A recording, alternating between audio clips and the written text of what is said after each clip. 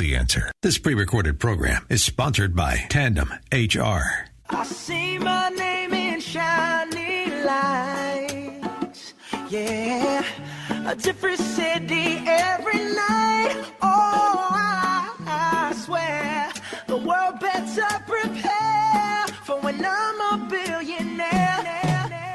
It's time to get down to business on the weekend's #1 business program.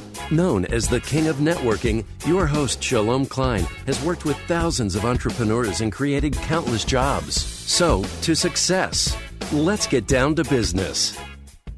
We are all about small business jobs and entrepreneurship. In business, we talk a lot about business here. You're on with Get Down to Business, and I'm your host, Shalom Klein. Remember, you can always download podcasts from Get Down to Business on my website at shalomklein.com. And while you're there, don't forget to follow me on Twitter at Shalom Klein. It's going to be a jam-packed week of content and information you will not want to miss. Got a jam-packed lineup, and I'm thrilled to kick off the program this evening with my friend and mentor, Dr. Hal Lewis. Hal, welcome to the program. Thanks very much. I'm great to be here. It's great to have you. And the reason I introduce you as my mentor is quite literally, you have been my mentor as a proud alum of a master's program in Chicago. Hal, you previously served as the president of the university, of the college, and it's just such a pleasure to have you on as you share tips through your consulting firm, Leadership for Impact. But I love to get to know the person behind the microphone. Hal Lewis, can you tell us a little bit about yourself and about Leadership for Impact? Sure, thanks. And I'm proud to be known as your mentor, so thank you for that. I am a career nonprofit executive. I've run nonprofit organizations that span a continuum from educational institutions to social service agencies, from arts and cultural enterprises to advocacy groups. And I stepped down from my last full-time position just about 2 years ago now, and have since that time been working to try to take everything I've learned and give back in the form of executive coaching. I don't have to tell you, not everyone who is running a 501c3 organization today was academically or professionally prepared for that. And so the work I do at Leadership for Impact is about executive coaching, mostly for the CEO or number two, but increasingly for board members. Also, I know you know this, Shalom, to serve on a not-for-profit board is not the same as running your own business, and it's not the same even as sitting on a corporate board. And so I try to work in my practice both with the employees, the senior employees of a nonprofit, as well as the volunteer board members involved with and charged with overseeing the future of that or those organizations. And Hal, we're certainly I want to dive deeper into that comparison or lack thereof, which we'll talk about in a couple of minutes, between the not-for-profit arena and the corporate sector. But right now, I try to always focus the conversation on Get Down to Business, a mix between the current events as well as, bottom line, I am hopeful that at some point we will be past the pandemic that is the news of the day. But right now, businesses are navigating rocky waters due to COVID. What is the role of a leader in communication and decision-making? You have certainly led organizations, and I know that you spend many hours a day coaching and advising boards and CEOs. What should they be doing to be successful?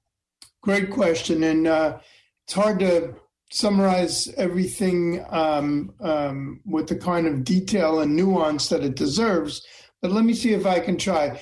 Many people mistakenly refer to what we're talking about as crisis management. I'm not a big fan of that term.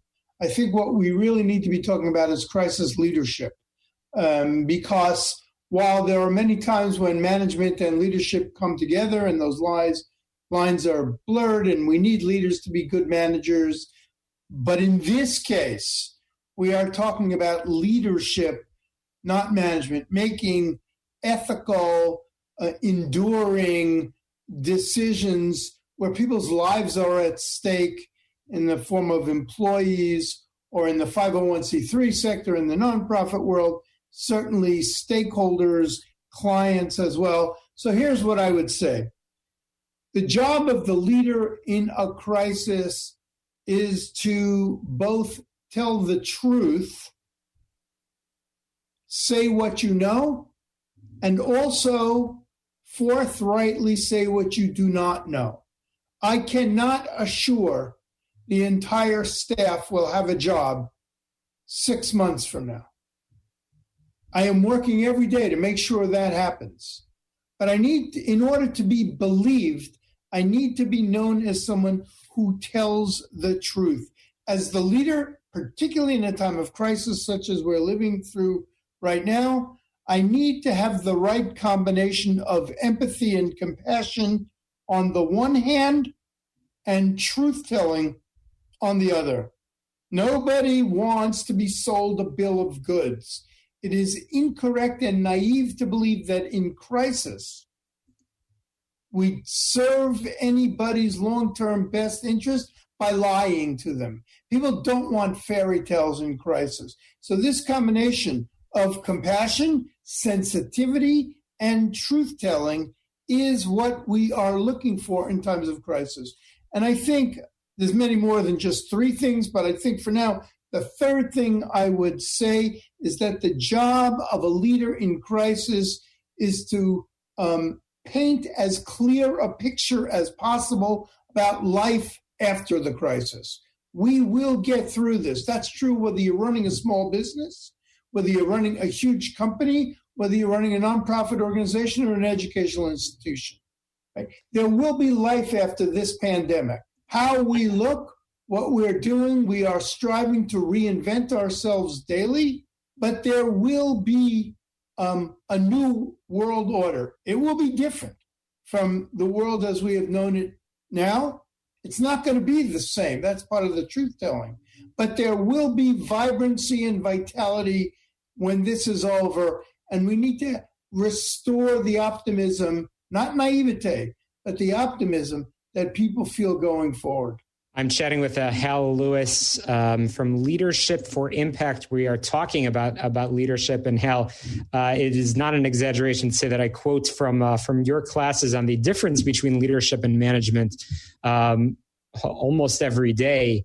And I would be remiss if I didn't talk about the world of employment. For the graduating class of 2020, who, by the way, we celebrate, even in this strange time, they're entering potentially the worst job market ever. What is your advice for how they can stand out as true talent? Look, that's really a tough one, because what I just said a moment ago is tell the truth. These are really uncertain and frightening times. We need to acknowledge that. What I would say, the other day I heard Oprah delivering one of these virtual commencement addresses, and she said something that really struck me. She encouraged graduates to understand what their essential service is. Warren Bennis, the now deceased but great teacher of leadership, used to tell students, find what makes you sing. Don't worry what your title will be. Don't worry what your benefits are, the size of your office, but find what makes you sing and pursue it. I think we need to tell graduates today it may take longer to pursue that dream or what makes you sing, but don't give up on it. The other thing I would say, and this may make me unpopular in some circles, is don't let, as the expression goes, don't let perfection become the enemy of the good.